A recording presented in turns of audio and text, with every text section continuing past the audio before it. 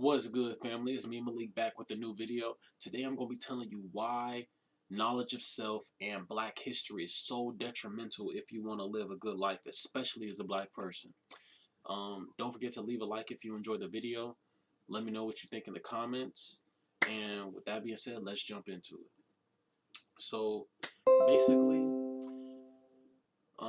there's two main reasons that I could think of on why knowledge of self is so important. And when I say knowledge of self, yeah, I'm talking about like the individual, you know what I'm saying? Learn about yourself as the individual through meditation, you know what I'm saying? Uh, Astrology, numerology, all those spiritual sciences, practices, but also learn about your people, your culture, because you are a part of your community. You know what I'm saying? And your community does have a impact on you. So learn about your culture. A lot of people think that hip hop is the only culture black people have, but keep in mind that you're an African American. You know what I'm saying? You was an African who was brought over here to America. So yeah, you got this hip hop, yeah, that's black culture, but also it's a whole nother, you know what I'm saying, a whole lot more history. And we was over in Africa way longer than we've been over here, so it's a whole lot more culture that you don't even know about. And this is why, and I'm about to go into why it's so important that you tap into this knowledge, you know what I'm saying, to that African knowledge, and start, you know what I'm saying, living start living and learning those values, you know what I'm saying, that they teach over there. So I'm gonna start like this. The first reason why knowledge of self is so important is because if you know yourself, can't nobody tell you who you are. We live in a world where, you know what I'm saying, everybody got an opinion. Like everybody feel like they gotta voice their opinion on when you voice your opinion, you know what I'm saying? You always got a motherfucker who feel like they gotta voice their opinion and challenge you. If you know yourself, can't nobody tell you who you are.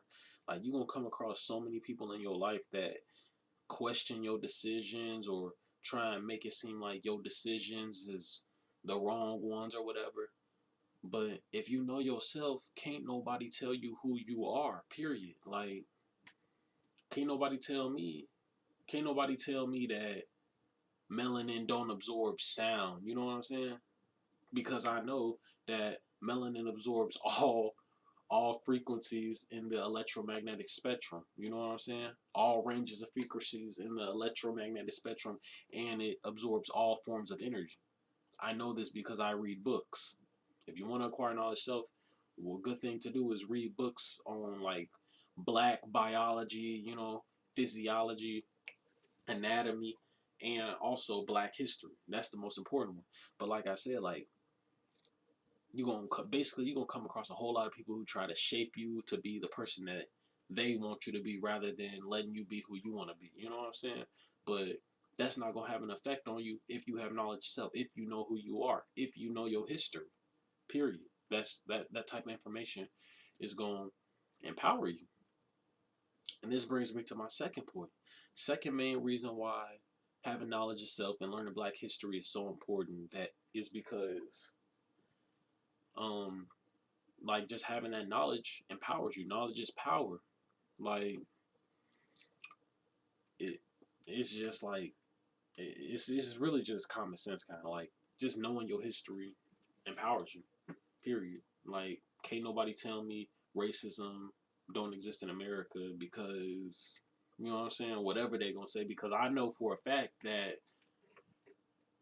once upon a time, um, white people wasn't allowing, you know what I'm saying, they wasn't giving black people jobs because they was giving their own people jobs. Pretty much, they was ignoring black people. So they'll try to say that the reason why black people is in the state we in is because of socioeconomic, you know, disparities. But the reason socioeconomic disparities exist is because white people cater to their own people rather than black people. Period. Black people don't have the same job opportunities as white people. That's why black people only make up 13% of the population. But we but we're it's twice as many of us unemployed than white people and Asians, who make up damn near 60% of the population. You know what I'm saying? So you can't sit here and tell me that black people not targeted on a daily basis. And the reason I know this is because, one, I do my research, and two, I know my history. I learned this stuff from Malcolm X. So this type of information is going to empower you. Another thing is, in schools, they teach you that white people invented and discovered everything, and by default, black people haven't contributed anything to society. Carter G. Woodson said that to handicap a student by teaching him that his black face is a curse and that his struggle to change his condition is hopeless is the worst sort of lynching. It dooms a student to a future of vagabondage and crime. But the reason why black people is acting up and wilding is because we don't know our true history. We don't know how valuable we truly are. We don't. A lot of people don't know that our ancestors are the ancient Egyptians, and we created the pyramids, and we created all forms of math, sciences. You know what I'm saying? Philosophies, traits, everything originated in Africa. A lot of people don't know that, but if you did know that, then you would be empowered. A lot of people don't know that um, historical paintings, documents, carvings, everything, like a bunch of they have a lot of documentation that confirms the fact that um like in the ancient world, a lot of people, like everybody was black. Period. Everybody was black in the ancient world. For the most part, you probably have a couple light skins, but it was no white people. I will say that. That's a fact. It was no white people in the ancient world, and they got like drawings and documents and all this stuff to prove it. You know, so that's another thing. Like, if we really want to like start like making our communities better, then we got to start embracing like our African culture. The ancient Egyptians taught in their religious system that the greatest good that a man can achieve is to be like God. So they held all their ethical standards to like, is what I'm doing God like? Imagine if everybody in our communities, you know what I'm saying, that's acting up, started asking themselves, is what I'm doing God like? Christians don't even ask that question. You got Christians who, you know what I'm saying, they they preach one thing and then they go do you know the complete opposite of what they was just preaching. You know what I'm saying? So that's out the door. Christianity is that's out the door for me at least. You know that I can't subscribe to that because it's too much fake stuff. You got 1 minute people preaching you shouldn't have sex before marriage, and then you got, you know what I'm saying, the pastor wife cheating with the deacon. You know what I'm saying? All type of crazy stuff.